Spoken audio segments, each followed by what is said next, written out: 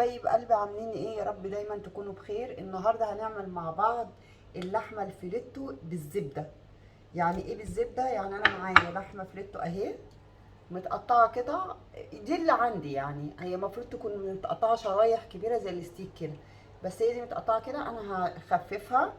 ومعايا فصين توم، ماشي اهو، ومعايا ملح وفلفل، ومعايا زبده، ومعايا هناخد التوم، مايونيز التوم هناخد منه معلقه، ومعانا نص ليمونه هناخد منها نقطتين كده. هوريكم الطريقه، خليكم معايا. هنجيب قطعه اللحمه كده، هندقها خفيف، مش كبير مش كتير قوي، لان هي اصلا ما شاء الله بتبقى دايبه، بس عشان افردها معايا شويه. انا غسلتها طبعا، بعصرها من الميه اهي، وبدق بسيط قوي كده.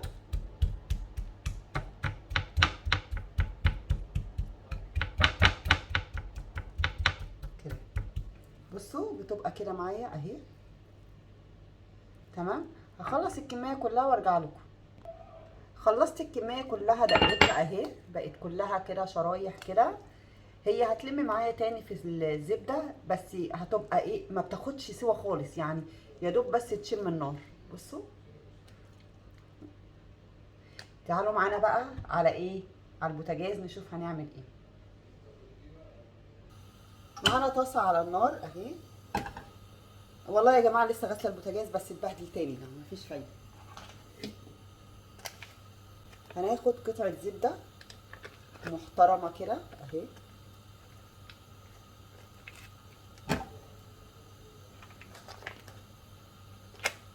بس كده.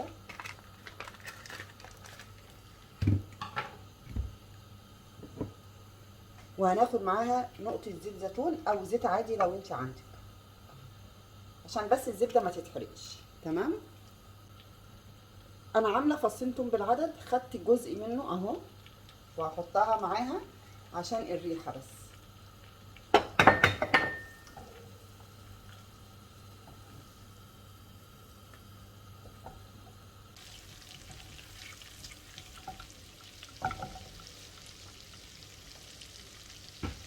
هنبتدي نحط قطع اللحمه، بسم الله كده.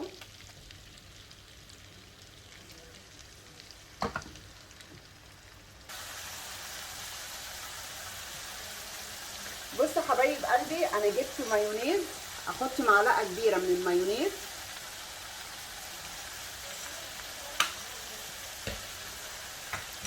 ومعاها فص الثوم اللي كان موجود الباقي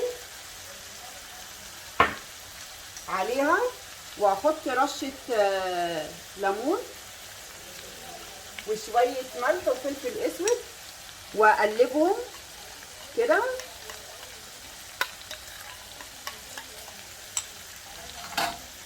واحط عليهم شويه من الزبده،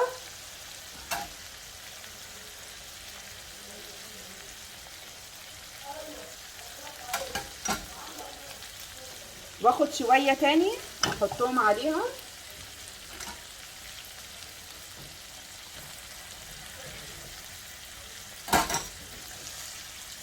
اهي.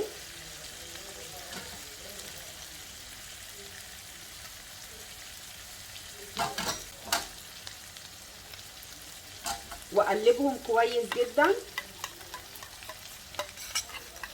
يبقى ده صوص المايونيز بالثوم، ومعاهم فص ثوم ومعلقه زبده كبيره من اللي هو الزبده اللي هي بنحمر بيها اللحمه، وشويه فلفل اسود وملح بسيط جدا، ورشه ليمونه، تمام. نبتدي بقى. بصوا اللحمه ابتدت معايا تتحمر ازاي، بصوا. نقلبها الناحيه الثانيه.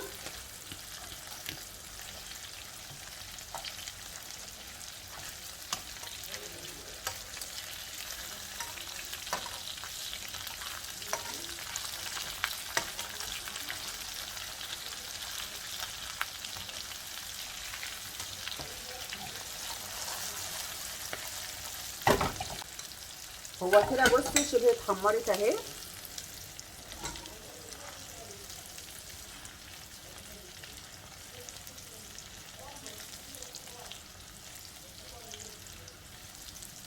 ما اقولكوش يا جماعه ريحتها تحفه تحفه تحفه.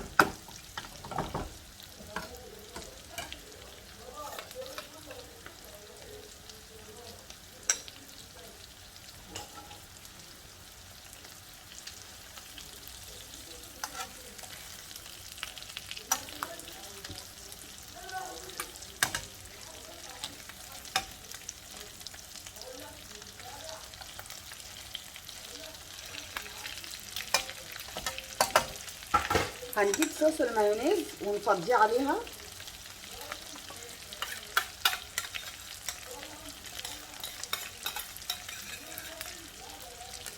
ليه حطيته في الاخر؟ عشان ياخد الطعم كله بتاع المايونيز والليمون.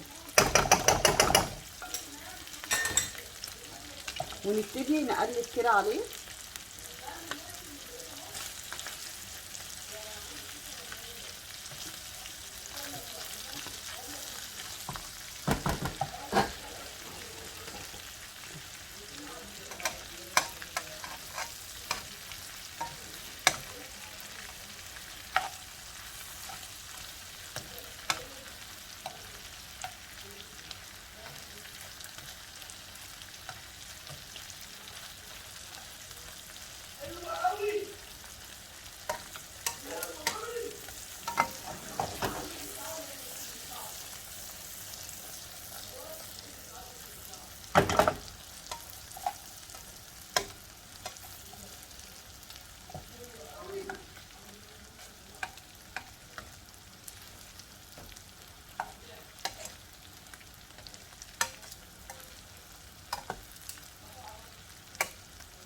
كده اتشبعت هي بالمايونيز والزبده. بصوا حبايبي حتى الزبده بقت فيها ايه، مايونيز ازاي.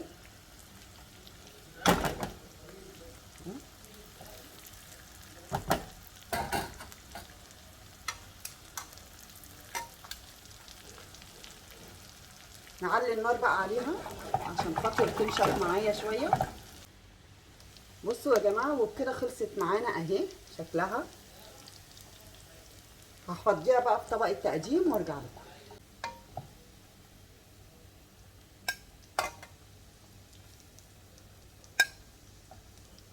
دي طريقه بسيطه جدا للحمه الفيليتو او الشوي بمعنى اصح، بس احنا عاملينها بالزبده بحيث تبقى ايه ليها طعم وجميله كده. اهو نحط عليها صوص الزبده كده اللي هو بالمايونيز.